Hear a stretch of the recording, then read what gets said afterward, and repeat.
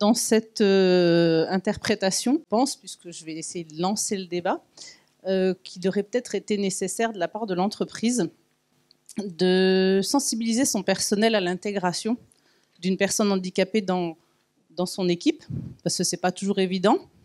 Donc, pour ceux qui aujourd'hui n'ont pas encore intégré de personnes handicapées dans leurs équipes, c'est peut-être pas non plus évident à penser, mais je pense que ça fait partie du processus. Sachez que c'est des choses qui sont possibles dans l'accompagnement auprès des entreprises, de sensibiliser le personnel à l'intégration.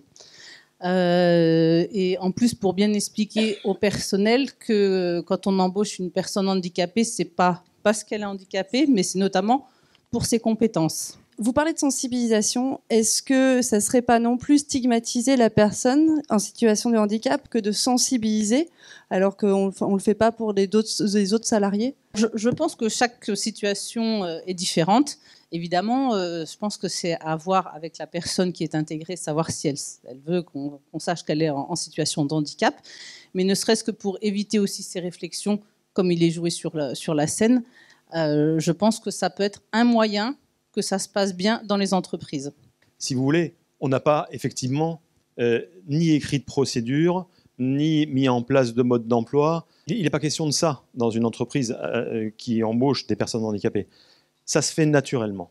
Hein. Et c'est là, quand je vous parlais d'aventure enrichissante, c'est que tout le monde a pris sa part dans l'entreprise. Édouard, vous l'avez bien remarqué, il a du difficile à se mouvoir. Il peut manger tout seul.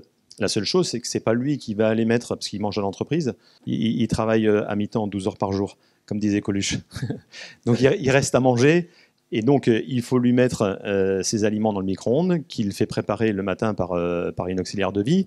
Les personnes lui apportent, lui servent à boire, lui font sa vaisselle. Vous avez vu tout à l'heure, peut-être pour certains, que je lui ai débarrassé ses habits. Il ne sait pas se déshabiller, il ne sait pas s'habiller. Il ne peut pas aller aux toilettes tout seul, bien qu'on ait fait des aménagements importants qui ont en partie, et encore merci à la GFIP d'avoir organisé tout ça. Tout se fait naturellement. Il n'y a aucune remarque de ma part à ses collègues, et effectivement, il n'est pas privilégié quelque part. Tout se fait naturellement. Parce que son handicap se voit, mais pour certaines personnes, ça ne se voit pas du tout. Et je pense que pour certaines personnes, si on ne sensibilise pas en amont, pas forcément que pour la personne, je pense qu'il peut y avoir des incompréhensions pour les autres salariés. J'aimerais rebondir sur ce que vous venez de dire, puisque